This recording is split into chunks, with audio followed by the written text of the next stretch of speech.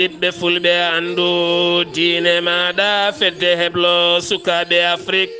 takkusana yoni tokkas ba Parcelles Assainies Médina Mermoz kon waktu yoni hato tribunal Dakar e ko taari ɗum kala ene jeeya e gardedi kabruji men ko fate ñawore prodoka hakkunde Mambay Niang kane Ousmane Sonko hande o wuli Diaw a Dakar e ko taari ɗum kala to leydi Mauritanie jonde catal islamique jagorɗe toppitiɗe oɗona fannu joɗima ñalawma hande o to Nouakchott lamorgo leydi Mauritanie taw ko jonde yowitide ko fate faggodo to leydi Mali kene tolno e 50 kilométre gawo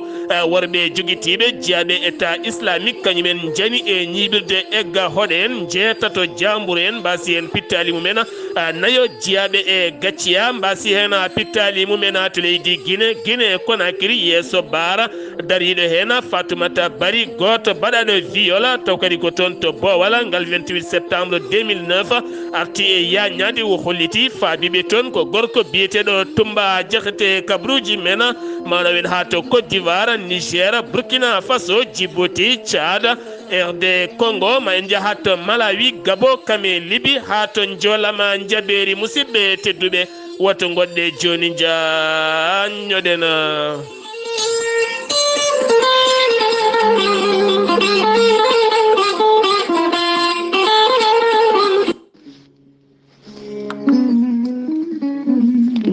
ceerno Djiby Sy ko wittiyanke leɗɗe ko safriyanke safruji fina tawa ceerno Djiby Sy ko jaadindo ɓalawal e danawal kala laabɗo reedu malaɗo wune ceerno Djiby Sy ne safra rafiji kewɗi ɗi jiida cirol ceerno Djiby Sy ne jogui leɗɗe e fannuji tati hen fannu goto sa hutoriɓe ɗum fodde 1 fina yaltema ha laaɓa fannu ɗiɗaɓo o ko 1 rafi safrata fannu tataɓo o ko fodde 100 rafi ma yaltema ha laaɓa waddete koye gawri samme walla gawri ndemiri ceerno Djiby Sy ne safra rewɓe ronkuɓe sowade rewɓe dartoraɓe rewɓe ustoraɓe ndewagu kala ceerno Djiby Sy ne yawrene worɓe ustoraɓe gorago e yawɓe yitade koye mumen e on fannu mo jogui leɗɗe biyeteɗe muuɗa hirda noon ko yeddi ƴeewa ko joni joni muuɗa jiiya hoorema ha no hannirta ni ceerno Djiby Sy ne andina dendagal kilne mum kadi omo jogui leɗɗe ummide to leydi Mali kesi pulla cafroje rafiji kewɗi guila rafiji gorago ha e rafiji ustoraɓe ndewagu kala e wonduɓe estomac so tawi a hutorima ɗen leɗɗe kala ko ñamanoɗa tampinma walla ko jaranoɗa tampinma ma wattu ñamde jara ha no hannirta ni ceerno Djiby Sy ko labdo reedu malaɗo wune sa yannama ka miskino safruma ha mbiya wen tawa hay mbuɗa yoɓani so wona wonduɓe rafiji ɗiɗi woni mo seydneji mbakkidi hoore mum ha haɓɓa walla on jano borogal ceerno Djiby Sy ne jogui pegge usula ɓeydoje arsigaji pirtoji dabruji bawɗi neldede kala leydi e kala continent ceerno Djiby Sy ko bawɗo listihara ko indema inde nenema dokkatamo haala ko ne nder ɓerde ma ha mbiya yoni so tawi ko tawateɓe nder leydi Mauritanie ko ujunere mbuɗo oguya so tawi ko leydi Sénégal dendagal leyɗe ñamojo franc CFA ko 4 CFA ceerno Djiby Sy numéro mo weeva walla nde yiɗɓe waɗnede listihara ko 77 653 0367 yiɗɓe hebdemo noon to banggue appel e to banggue WhatsApp kala ko numéro makko leydi Mauritanie ko 47 22 80 84 ceerno Djiby Sy ne andini dendagal kilineɓe mum ha tengtino e tawateɓe lappol polol dande maayo wonde miñi ko biteɗo ceerno Alassane Sy tawe to ñabina e oɗo saaha joni kala jiɗɗo hebde ceerno Alassane Sy to ñabina ko 32 62 04 99 walla mbaɗa 48 10 00 13 ceerno Djiby Sy ko laabdo reedu malaɗo wune so tawi on pamodiri kala to mbawɗa wonde e leydi e continent to mbawɗa wonde safruji ma ne mbawi yettadema ha no hannirta ni ceerno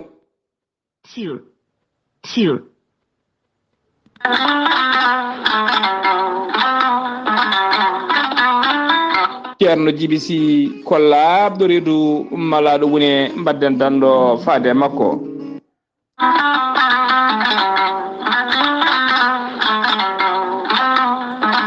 musidɗo tedduɗo funnangue hirnangue rewoy worgo sahale ɓaleri jaam koye are meɗena on jaam woni gorel tayya ko ha ko moƴƴo iwru ko en to kordi noro ari ko wallude en e safrude en ha moñi kala yiito hen hoore muɗuma a neɗɗo tuƴiɗo ɓandu musoru koyɗe musoje koppi musoji mo ƴiƴam dogata e ɗaɗi mum joguiɗo AVC cardiaque ɓandu jaaɗoru wuloru joguiɗo caɗele diabète eko fati hen kala sa jokkodire gorel teyya joni joni keɓa hen ko laaɓi gorel teyya ko ha kono ha ko wargani ala effet ala rewam a yarat aɗa yiito hen cellal ɓandu maɗa ala kala ko bonnantuma haydara goɗɗum e ɓanduma so wona ko moƴƴi tan ma sa yiɗi yaade to siita gorel teyya janggana hoorema ha ɓernde ma ɓuura hoolade jahata koto page internet mbaɗa www.gorelteye.com ma yiyen toon hoore maɗa kala sa yiɗi hebde tonggode gorel teyya beele mbawa hebde ɗuma wattu woɗɗo joni joni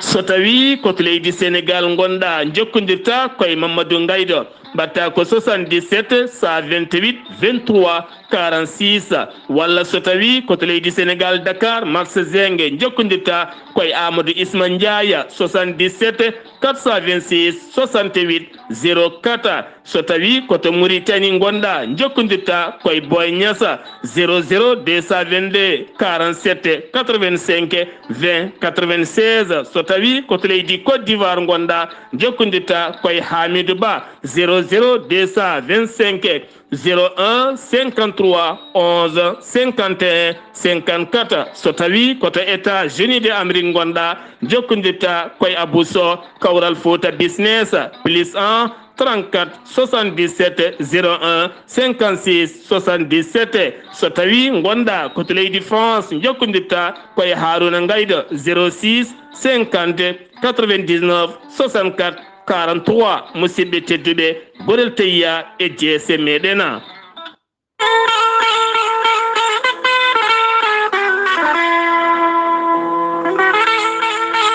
ciggam nangue wolgue diaw are moɗon adde mon ko jaam e kisale ɓamtare ciggam nangue wolgue diaw e gardogola Haruna Dawouda Ndiaye gorko mo tumbela aɓe jogui beelema mawɗo habrude dendagal bandiraɓe kala aɓe jogui congélateur uji solaire taw kadi ko marque leydi Turquie ɗin congélateur uji solaire ɗi gardata koye ponoje majji kame batiraji majji dognataɗi ko ciggam nangue wolgue diaw panno solaire aji moƴƴi so tawi ɓe bannima ɗum installation e galle ma kala waktuji ɗiɗi ma heeb kaaƴe glace ha timma wona koye nguleki faya koye korka an jiɗɗo congélateur uji moƴƴi congelan ma kala ko mbaɗɗa hen jokkodire ciggam nangue wolgue diaw ciggam nangue wolgue diaw ne jogui équipe moƴƴo keblaɗo to leydi Turquie taw ko heblo moƴƴo sukaɓe yadduɓe jamanu ciggam nangue wolgue diaw aɓe jogui ponoje e battiraji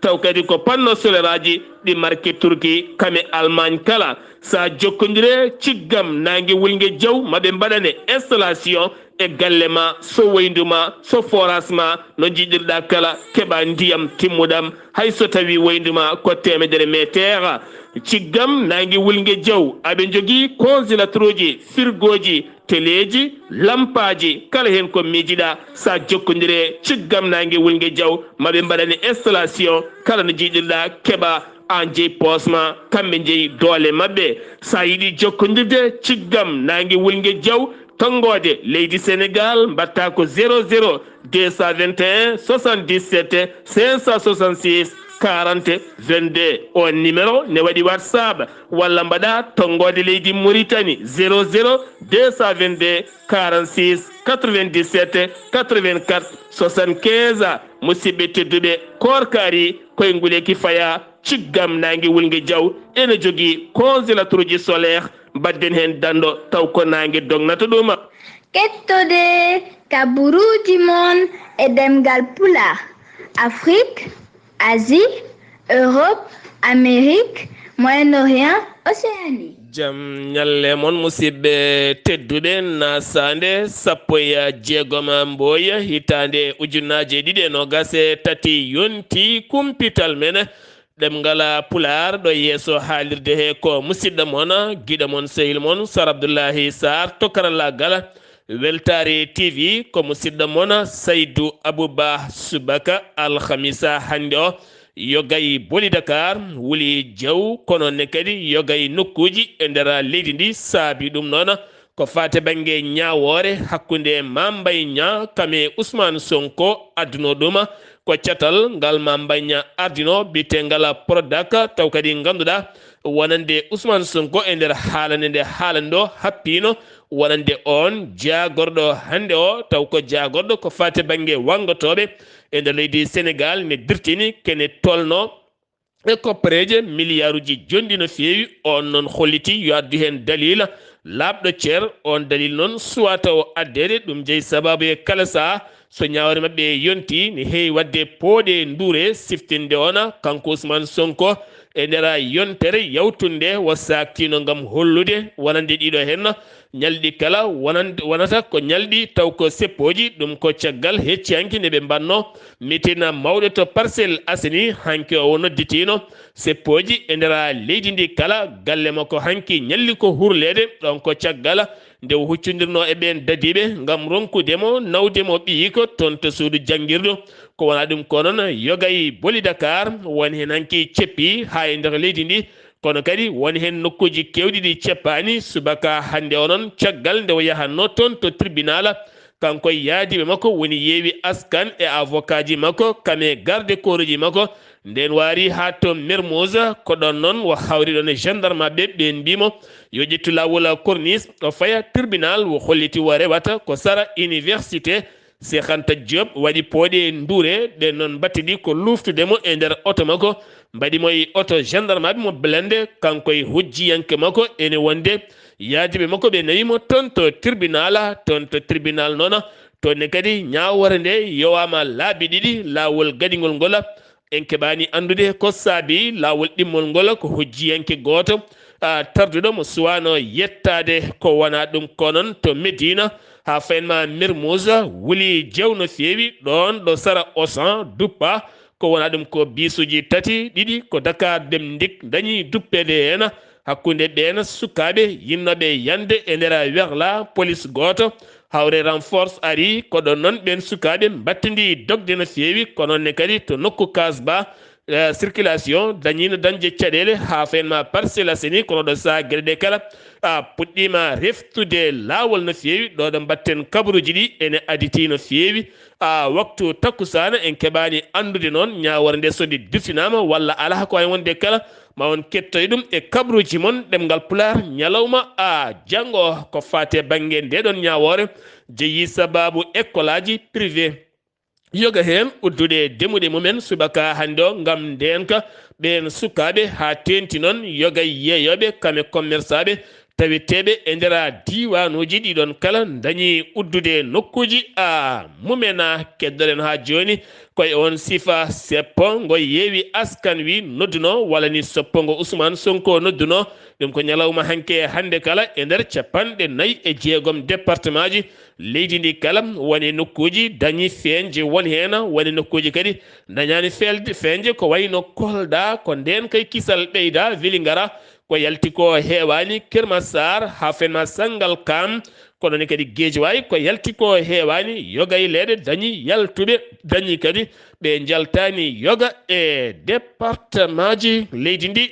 Sénégal ko fate banggue ndeɗon ñawore so woodi dirtinede ma en garto hen kono ɗo hen kabruji ne gaditi takkusana no fewi en keɓani taw hen ko laaɓi ɗon ɗo ɓe goni to tribunal aɓe kuccodiri gam woni kala ne wonde hujjiyankoɓe mum e ɗoftidiɓe mum kala keddoɗen ha joni koye leydi Sénégal gartaten koye batu jagorɗe hanki mawɗo leydi ndi caggal nde wrutti jarore e teddungal faade barode ɗe duuɓi nogas yanoɓe guel ɗo hen kawguel goni champion d'Afrique taw koye ndin kuɓeri ndi ɓe dañi ñande alet jawtuɗɗo hen walla mbiyen ñande aset jawtuɗɗo hen mawɗo ndi holliti kañum e gouvernement o maɓe ƴellit no fewi ko fate banggue futkoyngel e nder leydi ndi Sénégal nde tawno kañum ne jeeya koye hey dawñi gam gollinde sukaɓeɓe ha mbawa dañde hunde ɗum jeeyi sababu mawɗo ndi holliti ɓoyata maɓe gummin cata kewɗe no fewi nder leydi ndi kala gam ƴellidde ko fati bange futkoyngel e nder a leydi ndi Sénégal garten koye Bamba Kassé gardiɗo ko fati bange presse mo leydi Sénégal wo holliti kala jaydiyanke mo ganduɗa jaaɗo e golwole baɗe dani hen so tawi kay gazama toon woni heeɓi toon gaz uji lacrymogène walla goɗɗum kala so tawi ala carte presse ala kala koɓe kalaten ɗum ko siftinen ko ñalawma hanki o yo gay jaydiyankoɓe kollitin toon koko gaza no fewi koko mbaɗa gaz uji walla goɗɗum e goɗɗuma ɗum noon jaydiyanke kala mo ene yaaha e golwole baɗe nin foti hebde ko yamirore jogo kartal ngal ene andina kañum neli ɗum ko presse mum tene kadi ardi ɗum ko ɗum noon so dañi caɗele maɓe mbaw a darade hena duttorɗen koye ñawoje ha joni gartaten ko fate banggue viola Sitor Ndour mo ganduɗa gardinoɗo kuude to université Cheikh Anta Diop mo ganduɗa ene tuuma taw tuumimo ko suka debbo liggotonoɗo galle makko mo duuɓi 16 on holliti wonde wayani dow muma e force e wawnere o wondi e muɗuma nden ñawore noon hanki wuli jawa ko caggal hanki goto mabɓe kala haali ha laaɓi kanko on Sitor o holliti ko kappaɗo ko takkaɗo ala kala ko waɗi hen suka debbo holliti ko ñande ne weeta ene wona julde taske ñande hen kañum waali toon e yamirore makko ndihi noon ha hiiri o holliti suka debbo yo nato e suudu mo tawoy ɗum toon o ɓuri ɗum toon doole ala kala ko heddan ɗum o itti kala ko ɓorino o wondemo e wawnere président tribunal o holliti taw kadi ko jungo woto o nanguirma ngoye jungo itti slip itti foof ene gasa tawne nanno walla nannaki suka debbo o holliti o wonde mum wawnere ha ganduɗa ala kalɗo hedde ɓandu mum to banggue maniyu kame darabuji mum kala wattidi lootade yeehi ha wetti mum kikiɗe nden yeehi to suudu safara haalani jinnaɓe mum ko nden ɓe gummani ndeɗo henna ñawol ko hen wonde kala oɗo saaha moni kala e mabɓe a hettama no fewi ko fate banggue navire bateau Aline Sitoé Diatta jahowo hakkude Dakar kame Ziguinchor holliti ma yow golle muma ɗum ko nogas nduɗo henna lewru kono ɓe kalani holde ɓe gartoyta ɓe kolliti kala nde ɓe ƴettoyi dat moɓe gartoyta maɓe mbaɗɗum communiqué kono holliti ko caɗele to banggue technique wiyede sukara ngakki e nder Dakar Sénégal holliti gardiɗo commerce diwan Dakar Mamora Ndaw holliti ɗum wodani kala biɗo noon yo andu wodani sukara ne woodi ko ene yona ɓiɓɓe genidi hayso tawi woni koye korka faya kanko on Mamour Ndaw gardiɗo catal ko fati banggue ustugola kasdi e nder leydi ndi Sénégal wo holliti guila tan goo nduɗo henna lewru ngal kuulal lawɗina e nder leydi ndi kene tolno hande e balɗe 16 ɓe keeɓi 337 appel noddado taw ko ɓen wullitoɓe e ɓen ƴettoɓe renseignement ko fate banggue wonande oɗon kasdine ustira eno yarata kala namdal jaydenke ngal namdimo holliti ala kala bawɗo yaltinde oɗo hen koɗɗo e galle taw ko luuɗo taw sababu nde holɗum ustugola kasdimo ustani jaltina wonande ona koɗɗo ɗon loi lawol ma hewne e dow maɗa keddoɗen ha joni koye leydi ndi Sénégal keddoɗen ha joni koye Dakar teskede guyka e nder Dakar no fewi to Mariusa ko magasin mo ganduɗa yeyta ko mobiliére kañum yana jamma hanki o wiɓe jeegomo kañumen gari tawi ɗiɗo renoɓe oɗon magasin ne jooɗi ne mbaɗa attaya enen jewta ko ɗon ɓe jane dow mabɓe tonguiɓe ha ɓiici gañiriɓe laaɓe battidi ko helde nokku o keeɓi toon coffre mo ganduɗa ne waɗi million ngaji 3 koppreje franc CFA ɓe mbawi yadude hen to Yofa gendarme taweteɓe to Foire kañumen ne gudditi losko yañgo no fewi ɗum ko caggal nde tigguyela guel lebbi jeeɗiɗi wasi fittande muɗum adda to clinique Philippe Senghor ene wonti ƴiƴama ɗum noon oɗo saaha jinnaɓe guel ɗon cukalel yummo e babo kala en tawe to gendarme de Foire ngam losko mawgo no fewi saabi ɗum noon ɓe kolliti koɓe lelinoɓe jamma ɓe ɗani deke mataw guel cukalel teɓɓitima e leeso yani ɓe tinani ko sanga 4 nde ɓe kijjiti ɓe jiyani guel ɓe laari leso to ɓe tawe guel yani guel wonti ƴiƴama ne gasa taw ne nanni walla nannaki ɗum jeeyi sababu saaha ɓe paadi ko wonande losko ngo koɓe kaali ko sine laaɓi walla laaɓani tokkolɗa subaka hande o Saare Bilali ne tawa e nder commune Saare Baydi taw koye kolɗa ko camion ɓen goto kam yaɓɓi toon debbo on noon wasi hen fittande mum finoɓe toon kolliti hen metti mumen gam yaɓandeɓe soforo yiddeɓe gam o saaha kamɓene yoɓade fittande sofor baɗɗo ngal baɗal hawre gendarme ɓe gaari ɓe kolliti e kala saaha ɗeɗo gueɗe ene keewi wadde toona jeeheten ko ha toon to Ziguinchor taw yin toon musidɗo men Amadou Ishaqa Kebe hol kabaruji garanɗi en to Ziguinchor e ko taari ɗum kala. Assalamu aleykum wa rahmatullah. aleykum salam wa rahmatullahi taala wa barakatuhu. Sar Abdullaahi Saar a salmitama e dennagal hettoɓe Weltare TV. kabaruji garanɗen ɗo e nder Ziguinchor ko grève holɗum museji jangguinoɓe holɗum lycéji e jangguinoɓe collège kamɓe de ɓe mbaɗi ko grève ina wayno ɓe jogui biltoŋaji sukaɓe waɗoɓe bac ɓe eɓe mbaɗani bac ɓe wannoɓe compoji ƴewde beele ko dañi ina wayno noon eɓe jogui ɓe cali tottude élewaji ɗi ɗum noon ɓe kolliti kamɓe so wona ɓe deklane alhaali mabɓe nde ɓe mbawa tottude holɗum ɗiɗo élewaji ɗi noon gondi kolliti no gonde caɗele saabu ko waɗoɓe bac so tawi neɗɗo waɗa bac juuɗima janggani ina wayno tardi janggo jam so bac waɗama dañani heddo ina fele taw noon woni ko e museji ɗi so tawi garti ɗo e Ziguinchor eɗen gandi préfet Ziguinchor o yamirino holɗum marché yo wat holɗum kamɓe yeew askan ɓe nde ɓe ummi 3 heures ñalawma to e Lindiane ɓe kuccani to e gouverneur ɓe goni ɗon ha wonanma 5h30 ina wayno ɓe kooti ɓe kolliti noon jamma o holɗum koɓe huɓɓoɓe ponoji joni noon laamu ngu nanirani ɗum jaam Belfort naɓe ɓe kamen puɗɗi ko secteur kikiɗe laamu ngu wadde mabɓe garmi gara policier ji ɗi ha policier goto kañum gaña hen ina wayno kamɓe sukaɓe ne woodi hen gañaɓe woodi hen jaggaɓe commerçant ji ɗi nanirani ɗum jaam kamɓe fo hello ko woto kamɓe fo ɓe uddi bitikaji mabɓe joni noon yeehi ɗo ha 8 heures jamma to Lindiane kamɓene ƴetti tuggandema 9 heures jamma ha heɓanma 10 heures et demi jamma garmi gara hakkude policier ji accam e accani hakkude mabɓe e sukaɓe ɓe waɗi garmi gara no feewi ɗum no ɓe kolliti waɗi ɓe wadde ɗum ɗon ko Ousmane Sonko to cité Gorgui to e Dakar ina soka e galle mum guila subaka wona kañum yalti wona ɓe joom suudu mum wona ɓesgu mum hay goto yaltani omo sokaɗo gotel laamu ngu ne taari galle o ɓe mbi noon ɗum ɗo so tawi laamu ngu ummaki ɗon haw wawi yaltude o ya haajuji mabɓe ɓe goppata hande holɗum grève o ɓe goppata hande marché ɗe ɓe goppata hande e janggo fof koɓe waɗoɓe ɗum ɗon ɗum noon eɗen ñaagui Allah subahanahu wa taala hande oɗo ñalawma yo jaam waɗ e leydi ndi waɗa jaam e oga diwan e dennagal Bignona nanirani ɗum jaam kamenne ina wayno mbadde e police ji ɗi garmi gara huɓɓude ponoji police ji ɗi darima hen kaade daragol ina wayno waɗi e mabɓe kadi jaggaɓe no feewi ɗum ɗon noon ko pour affaire Ousmane Sonko holɗum hakkude mabɓe e laamu ngu e sukaɓe ɓe mbi so woppaka tan jaam dañatake. Weltare TV musidɓe Ahmed Isaka ɓe gorko mbotto kabaruji ɗo fuɗo radio Ziggy FM jokkondirde Sar Abdoulaye Saar e lokko walde jaam. Amadou Ishaqa Kebe en keɓiri joni télégramme wonande goto e hujjiyankoɓe Ousmane Sonko woni avocat woni maître Siré Clédor Ly koko gañino wonande e pelɓodiral bannogal ɗon ɗo fayanno toon to tribunal de saaha nawama toon to hôpital ma en gartoye oɗon kabaru sen giwi to leydi ndi Sénégal paɗen koto leydi Mauritanie hoorejo jagorɗo leydi Mauritanie hoore jago leydi ndi Mouhamed Wuld Bilal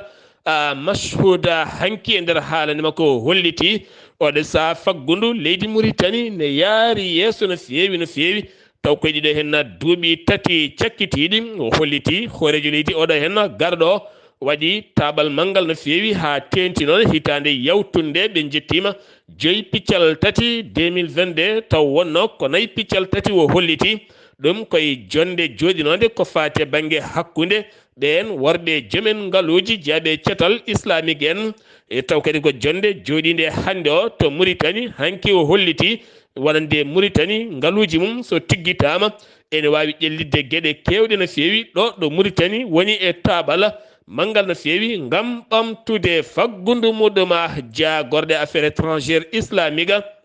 taw koye ligue islamique joɗima hande o to Nouakchott lamorgo leydi Mauritanie jonde nde ganduɗa wattude 49 e jeenaɓire jonde ndeɗon jonde noon faati koye faggudu hakkunde coopératif uji tawiteɗe ɗen leyɗele arabeɓe hakkunde mum e leydi Mauritanie ha ɓuuri wawde tiggidde yogay ngaluji ne tawtora ndeɗon jonde boñ Afrique naɓe développement ko fati banggue gueɗe ɓamtare teskama hen guila hanki jagorɗo affaire étrangére mo leydi Mali Abdullaahi Diop ngam nottade jonde 49 jonde ko fati banggue jagorɗe taw koye catal islamique ko fati banggue faggudu joɗigal e nder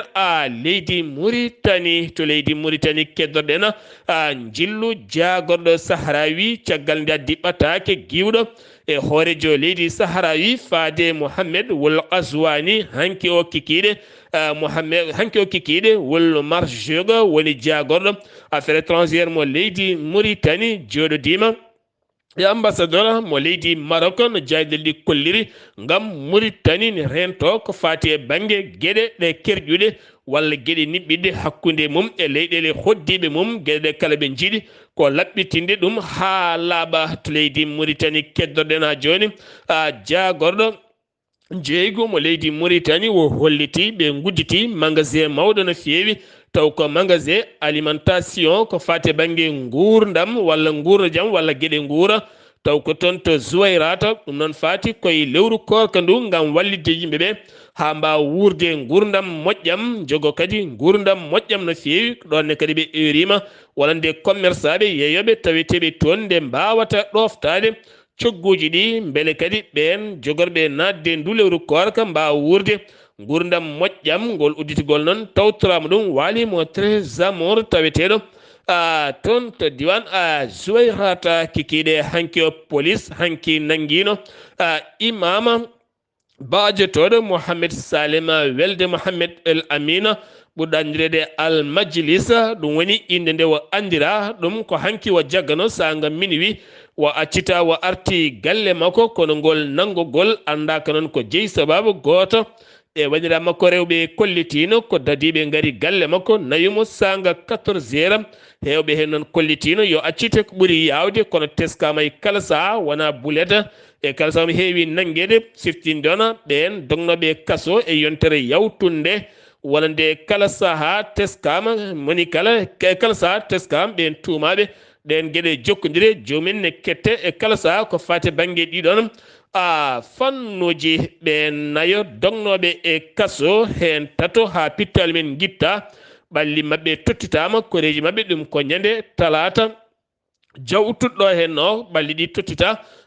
koreji mabɓe garden ko fate banggue politique landata wassula weɗodiri juuɗe yoga e landaji goɗɗi gam waddude jungo e fandu wonande liste goto beele heɓanade sumgoji sarɗiyankoji paaɗi e nder leydi Mauritanie ñande 13 lewru mai e nder ndeɗo hen hittande so jomiraɗo haaji l'université Monoksoɗa waɗi sifande mawde no fewi hakkude muɗuma e cotala heblo walla to banggue hebloji garɗuɗi ko wayno formation taw ganduɗa ko fate banggue formation professionnel wonande ɗin étudiaji taweteɓe toon taw ko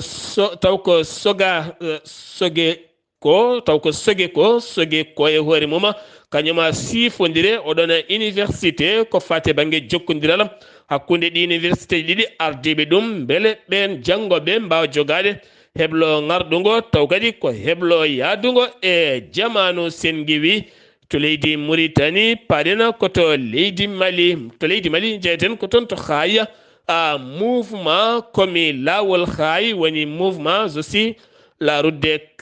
kayi ɓe kolliti kamɓene mette mabɓe mawɗe no fewi faade laamu leydi ndi ɓe kolliti ɗo hen ha nogas nduɗo hen lewru ndu gonɗen ɗo e balɗe nayya so tawi laamu ngu ummanaki fewnude yogay booli koɓe uddoɓe booli ɗi kala gam teskede ɓoyata ndungu ara tene kadi so tawi ndungu ari ko caɗele mawɗe no fewi e nder diwan mabɓe o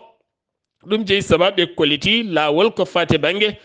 sandare jeema nonne kadi keñaɓa ha fayenma kitta kati nonne kadi kaya yelimana sadiola keñaɓa kaya nonne kadi nokku biyeteɗo awra kame kiifa ha fayenma nokkuji ɗin kala ɓe kolliti ousmana biyana holliti ɗo e nogas ɗo hen lewru so tawi ala ko gasi hen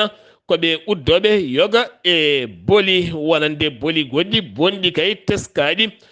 ko fate banggue laabi teskaɗi ko wayno Tumbuktu Meneka Gawo Kulikoro a fayenma a nguma koro kame nokku ɓireɗo lire kam nokku ɓireɗo leere ene wonde Tumbuktu ɗiɗo hen nokkuji kala teskama golle gonno ton koko darti ngam teskede to banggue jangoji sévéré gawo hafema ansogo ɗiɗo hen nokkuji kala sanceji gonno ton koko darti ngam teskede kala sa a jangoji ko fate banggue procès taw ganduɗa koko fate banggue nouvelle constitution leydi ndi jettiɗi juuɗe colonel Assimi Goïta holliti ko nogas ɗuɗo hen lewru o hollata ɗum ɓiɓɓe guinidi kala haade mabɓe ƴettude date ko fate banggue sungoji référendum taw ko fate banggue oɗon wonande tugnorgal kesal ngal gendi leydi ndi orange malitel nonne kadi sotelma mauve mone ɓeɗo hen ɓe ganduɗa ñawanoɓe guila tan 2021 enen jooɓa temedere capanɗe jeeɗiɗi milliards ko préje franc CFA capanɗe joyyi e tati yoɓata ɗum ko sotelma mauve kono kadi ɓen gullitinoma wonande cour suprême suudu ñawori towndu ndun liiɓi ñawori muɗum ñande talata nde wonande koɓe taƴana ko ɗum tan woni koɓe joɓata goto gonɗo e laytol rendo influenceur taweteɗo e layto rendo mo biyeteɗo Rokkeya Dumbuya ɓuɗandirede Roge Mami Visser ɗum woni inde nde ɓuɗandirede laytol rendo kan woni jaggaɗo ɗum ko caggal nde posti vidéo goto e laytol rendo ngol TikTok o holliti hen guila tan genti militaire are laamu leydi Mali o saaha gueɗe kala gurdam ne seeri kono kadi ne yatiri caggal ala kala koɓe golli e leydi ndi so wona tan caɗele mawɗe no fewi on vidéo noon ko on hokkimo caɗele o saaha mo tawe e juuɗe ɓen dadiɓe keddoɗen ha joni koye leydi Mali jamma hanki o Royal Air Maroc addi kene tolno e nogas malinajo tawetenoɗe toon to Tunisie ɓe jettima to bowalaɗe diwoje ngal Modibo Keita Sénou jaɓɓiɓe ko jagorɗo kettuɗo oɗon fanno keddoɗen koto leydi Mali taw kadi ko jangu musgu wangu e nder diwana Gawo kene tolno e jeetato jamburu en taw ko egga hoɗa en honnoɓe e sara nokku bireɗo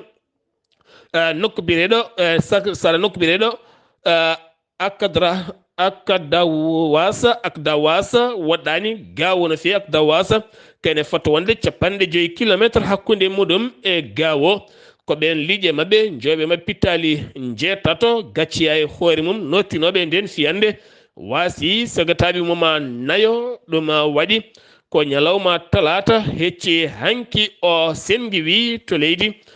Mali paɗen koto leydi Guinée Conakry kuccodiral yeeso baara nogas e 7 septembre 2009 taw koye ñawore wargoji e fitinaji bannoɗi to tribunal ngal to bowal woni stade ngal Conakry nden ñawore udditande to tribunal mo Conakry hanki dari yeeso baara ko biyeteɗo Fatoumata Bari o noon arti e yaññade ko fate banggue ɗin fitinaji e viol baɗaɗo hen eno hollitiri kanko hoore makko ko sagataɓe nayo taw ko dadiɓe hinde mintre en ko ɓen mbaɗimo viol caggal piile musɗe kono kadi won hen ɓe o heptini daaɗe mumen kadi won hen kadi ɓe o teski gari toon woni hen inde ɗe o haali kono kadi o holliti ari toon sakketa ko biyeteɗo Tumba Diakhaté o nde ari ko inde on woni moɓe noddi on holliti metti mum mawɗe no fewi ko fate banggue batteɗe toon luural manggal noon ari hakkude makko e Paul Yomba woni goto e avocat ji ha ganduɗa kanko président tribunal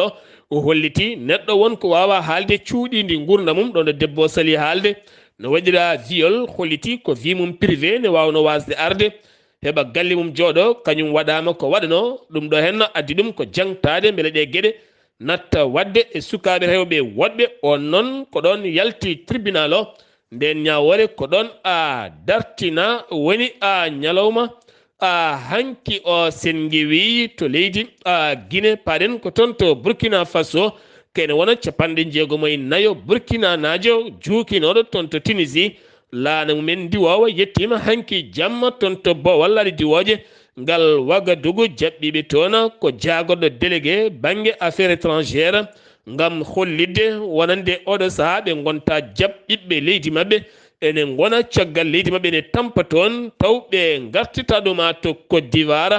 jonte ɗiɗi gasi hanki ha laaɓi heblo koninkoɓe kene tolno e ujunere e temedde tato koninke iwɓe e nogas e jeenayi leydi ɗum wanno koye nder leydi ndi leydi Côte d'Ivoire yogay kuɓeje eggaɗe ngam oɗo saaha heblo mango no feewi no neɗɗo waɗata ha jagga seɓɓitiɓe e hadde jangoji e toppitade ndenka e kisal ɗum wonno ngoɗon heblo gasi hanki ha laaɓi to Niger wi jayde witene Figaro ɓe kolliti armée leydi Niger ɓe kolliti ɓe jooɗima kene tolno capantati fittando jeeyaɗo e Boko Haram temedde jeenayi e capanɗe jeegomo ɓe nangi ɗum hakkude rewɓe e sukaɓe e sagataɓe wonɓe dogɓe to Nigéria ɓe juuka koye weedu wiyetendo Kamodogo waɗɗani yobbe saram maayo ngo caaɗa dognoɓe toon fiyande wande hakkude Boko Haram kame Iswaba hande wontuɓe habde ɗen cati ɗiɗi islamiste en duttitiɗe e koye mumen ene kaɓa to Nigéria ko nden wolde ɓe doganno kene wona temedde jeenayi capanɗe jeegomo nanga capantato e mabɓe pittali men guitta Djibouti ɗiɗo jeeyaɓe fédération internationale to banggue haqqe innama aade woni FIDH ko ɓen mbaɗa refoulé jeeyi sababu ko jogadeɓe visa mo lawɗinaka e nder leydi ndi ngal cetal nde holliti hen Djibouti holliti accata moni kala naata e leydi mum ngam adde jirguidde walla hollide hen gueɗe kamɓe ɗeɓe kekkirani yami hoore to leydi Tchad CNT ɓe jurnitima juɓɓudi gonagal koninkoɓe leydi ndi ngam teskede leydi Tchad ene jeeya e leyɗele e nder Afrique ɓurde hewde généraux ji hay Nigéria e hoore mum kan ɓuuri hewde généraux kene tolno e temedde nayyi généraux hen temedde tato koye nder région goto yalti kono kadi hen généraux kala koko loosa yoɓata ndiyam yoɓata courant tene jogui auto mum yoɓata hay carburant tene lewru kala ne heeɓa million ɗeɗo henna gueɗe poti ko yurnitede ha juɓɓudi ndi ɓuura yuɓɓinede nder leydi ndi to RD Congo ko sinuwaji tati ñawore kaddi gurdam e kaso ɗum ko caggal fin décembre 2022 nde ɓe jooɓino fittandu gorko joom ngaalu chinois hono mabɓe to nokku biyeɗo Felwezi ene tawe e nder province mo nokku biyeɗo loi lamba ene tawe e nder RD Congo to Malawi jonte ɗiɗi deuil national woni sunare yontere adinde kala darapoji gartete ko ha hakkude wi noon hoorejo leydi ndi jeeyi sababu ko cyclone garnoɗo toon hendu busno no feewi ha yooɓi temedde ɗiɗi fittandu to leydi Gabon balɗe tati sunare gasi ñalawma hande o ɗum ko caggal nde feeri Esther Miracle ko bateau wiyete noon dogow hakkude Libreville kame Port-Gentil yuwi kene tolno e nogas e goho fittandu walla min ken tolno e nogas e nayo neɗɗo heddi henam kene tolno e nogas e goho fittandu heddi hen sappo e jeegomo majji e maaje jiita ka taw temedere nogas e nayyi mbawi fabede hen hanki o hoorejo leydi mabɓe Ali Bongo e ndimba e joom suudu mum yehino toon to Port Mol ngam wallidde sunare wonande ɓen wasɓe hen koreji mumen to leydi Libi majji yiitaka ko fate banggue wonande taw kene wona ɗiɗi piccal 5 tonnes uranium taw ko moftonoɗo naturel e nder leydi ndi wi noon ko expert goto taw ganduɗa komo l'ONUSIEN holliti ɗum ɗon inspecteur l'ONUSIEN holliti wona ɗo moftono e conteneur uji andaka ɗo nawa o saaha noon ko loskoji mawɗi ɓe gudditi hen kabruji men joolam jaɓeri haala ne jokki hakkude Washington kame Moscou ɗum ko caggal nde États-Unis de Amérique holliti wonande drone mum beynoɗo e maaje ɓaleje taweteɗe to banggue Ukraine wonande ko leydi Russie teɓɓiti oɗon drone leydi Russie holliti memani ɗum noon ñalawma hanki o jagorɗo affaire étrangére mo leydi Amérique kame jagorɗo affaire étrangére mo leydi Russie ɓe kaldi e téléphone ko fate caɗele oɗon drone keddoɗen ha joni koye joolam jaɓeri jeeyeten ko toon to Pakistan police hanki holliri sembe no feewi gam yidde jaggude wonande gonnoɗo ex premier ministre Imran Khan o noon caggal nde yaadi mum parti mum gari ha heewi kono kadi waɗi caɗele mawɗe no feewi gam nangude wonande oɗon ko noon nangude on wonti ko caɗele mawɗe no feewi ñalawma hanki o football wonande Infantino gardiɗo FIFA oɗo saaha toɗɗitama dawal ɗimmal toɗɗitama dawal mum ɗimmal duuɓi joyya ɗo ha 2027 ma ardo FIFA ɗum ko ñalawma hanki o toɗɗita walla ni hande o toɗɗita toon to Kigali lamorgo leydi Rwanda musidɓe tedduɓe ɗum ɗo hen wonno kabaruji garande kikiɗe hande o yesso haalirde he ko musidɗo moon guiɗo moon sehil moon Sar Abdullaahi Saar kettimalaki jaam yo jaam Allah hiranena